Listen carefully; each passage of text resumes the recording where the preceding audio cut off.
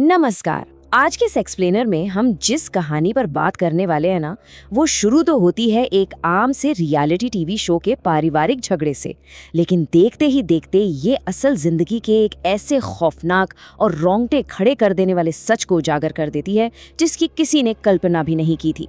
यकीन मानिए, जो सच सामने आता है वो किसी थ्रिलर फिल्म की स्क्रिप्ट से कम नहीं है, लेकिन इसका एक एक पहलू पूरी तरह सच है। तो चलिए शुरू करते हैं। जरा इन शब्दों पर गौर कीजिए। अगर मैं घर वापस गई तो मेरे पिता मुझे भी ठीक उसी तरह मार देंगे जैसे उन्होंने उन 3 लोगों को मारा था। अब ये किसी क्राइम शो का लिखा हुआ डायलॉग नहीं है। साल 2012 के एक टीवी ब्रॉडकास्ट के दौरान 17 साल की भार्गवी का ये सीधा बयान था।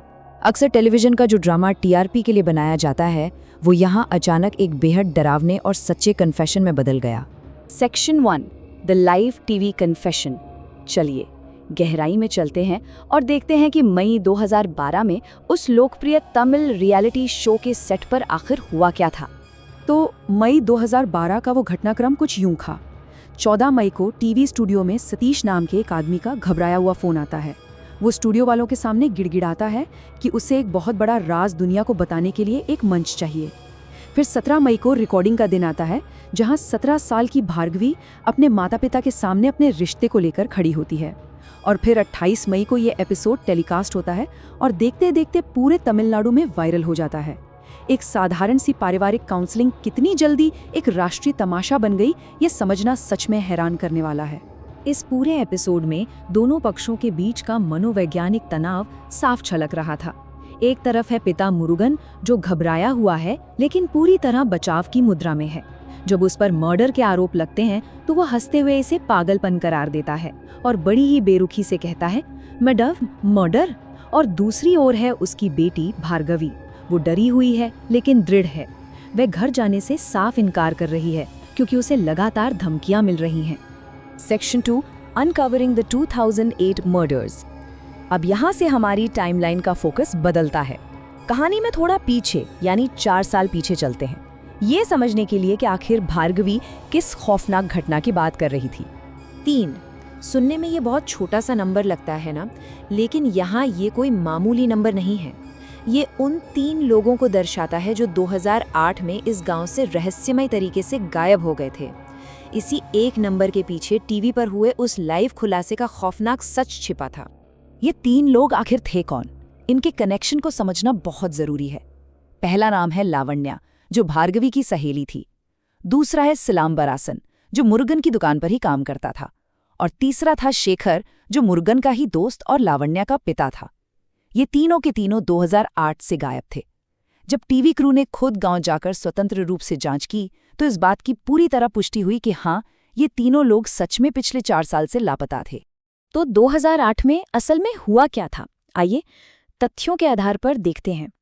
पहला कदम था जहर देना। जब लावण्या और सिलाम्बरासन भागकर शादी करते हैं और भरोसे में अपने सारे गहने मुरुगन को सौंपते हैं, तो लालच में आकर मुरुगन उन्हें खाने में जहर दे देता है। दूसरा कदम दफनाना। उन दोनों को घर के आंगन में कुएं के पास ही एक गड्ढे में दफना दिया जाता है। और तीसरा कदम खामोश करना। जब लावण्या के पिता शेखर अपनी बेटी को ढूंढते हुए आते हैं और गहनों की मांग करते हैं, तो मुरुगन अपने भाई मुरुगेसन के साथ मिलकर उनकी भी हत्या कर देता है और उन्हें भी वहीं दफना देता है। अब आप सोच रहे होंगे कि भार्गवी को ये सब कैसे पता चला। असल में मुरुगन के पत्नी राजेश्वरी ने अनजाने में ही इस खुलासे को जन्म दे दिया था। उसने अपनी बेटी को सतीश से दूर रहने की चेतावनी देते हुए गुस्से में कह दिया था कि अगर उसने बात नहीं मानी तो उसका पिता उसके साथ भी वही करेगा जो उसने उन 3 लोगों के साथ किया था। बस यही वो कैटलिस्ट था जिसने इस पूरी कहानी को पलट कर रख दिया। Section 3, the police investigation begins. वापस 2012 में लौटते हैं। लाइव टीवी पर हुए इस सनसनीखेज खुलासे ने आखिरकार पुलिस प्रशासन को हरकत में ला ही दिया।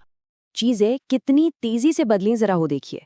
1 जून 2012 को लापता शेखर की पत्नी जीवा वो टीवी शो देखती है और रोते हुए पुलिस में रिपोर्ट दर्ज कराती है।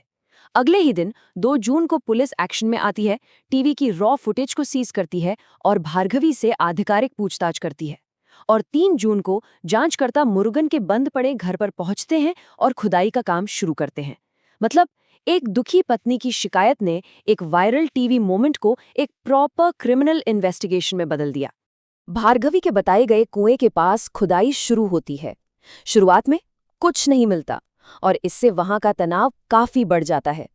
लेकिन फिर अचानक फॉरेंसिक टीम को एक इंसानी खोपड़ी मिलती है। उसके तुरंत बाद हड्डियों के हाथ और उंगलियां मिलती हैं और अंततः 3 पूरे के पूरे इंसानी कंकाल वहां से बरामद कर लिए जाते हैं। इन ठोस सबूतों ने यह पूरी तरह साबित कर दिया कि वो 17 साल की भार्गवी लाइव टीवी पर जो भी कह रही थी वो 100% सच था, कोई कहानी नहीं थी। Section 4 capturing the killer. अब कंकाल तो मिल गए, लेकिन वो कातिल कहाँ है जो टीवी शो की रिकॉर्डिंग के तुरंत बाद फरार हो गया था? मुरुगन को पकड़ने के लिए पुलिस ने एक गजब का ट्रैप बिछाया। सबसे पहले पुलिस ने उन दूर के रिश्तेदारों का पता लगाया जो मुरुगन को चेन्नई के एक होटल में छुपाए हुए थे। फिर पुलिस ने एक रिश्तेदार से मुरुगन को कॉल करवाया और ये नाटक किया कि मीडिया वाले उसकी मदद करना चाहते हैं और उसे कानूनी सुरक्षा देना चाहते हैं। इस जाल में फंसकर मुरुगन अपनी लोकेशन बता देता है और होटल में तुरंत गिरफ्तार कर लिया जाता है। सोचिए, ये कितनी अजीब विडंबना है। जिस आदमी की सच्चाई मीडिया के सामने उजागर हुई, उसे अंततः मीडिया का ही फर्जी नाम इस्तेमाल करके पकड़ा गया। गिरफ्तारी के बाद जब सख्ती से पूछताछ हुई तो मुरुगन टूट गया और पूरी सच्चाई सामने आ गई। उसने तीनों हत्याओं की बात कबूल कर ली और आखिरी हत्या में अपने भाई मुरुगेसन के शामिल होने का भी खुलासा किया। इस पूरी जांच का अंत ये हुआ कि अदालत ने दोनों भाइयों को उम्र कैद की सख्त सजा सुनाई। Section 5 reality TV meets justice. अब हम इस पूरी कहानी के सबसे अनोखे मोड़ पर हैं, जहां हमें इस केस का अजीबोगरीब आफ्टरमैथ देखने को मिलता है। ये बात सच में हैरान करने वाली है कि कैसे इस खास मामले में मीडिया और इंसाफ आपस में जुड़ गए। घटना के ठीक 1 महीने बाद उसी रियलिटी शो ने एक स्पेशल एपिसोड होस्ट किया। इस एपिसोड में पीड़ित परिवारों और सच्चाई सामने लाने वालों को एक ही मंच पर लाया गया। इस तरह टेलीविजन के एक मंच पर ही उन दुखी परिवारों को इतने सालों बाद एक तरह का क्लोजर मिला। तो अब जरा एक पल के लिए सोचिए, अगर उस रियलिटी टीवी शो में अनजाने में वो पारिवारिक ड्रामा नहीं हुआ होता, तो 4 साल पुराना ये खौफनाक कोल्ड केस और कितने समय तक उस जमीन में दफन रहता, शायद हमेशा के लिए। ये पूरी कहानी हमें दिखाती है कि इंसाफ के रास्ते कितने अप्रत्याशित हो सकते हैं और सच्चाई कभी-कभी कितने अजीबोगरीब तरीकों से दुनिया के सामने आती है। हमारे इस एक्सप्लेनर में जुड़ने के लिए आपका बहुत बहुत धन्यवाद। उम्मीद है ये विश्लेषण आपको सोचने पर मजबूर जरूर करेगा।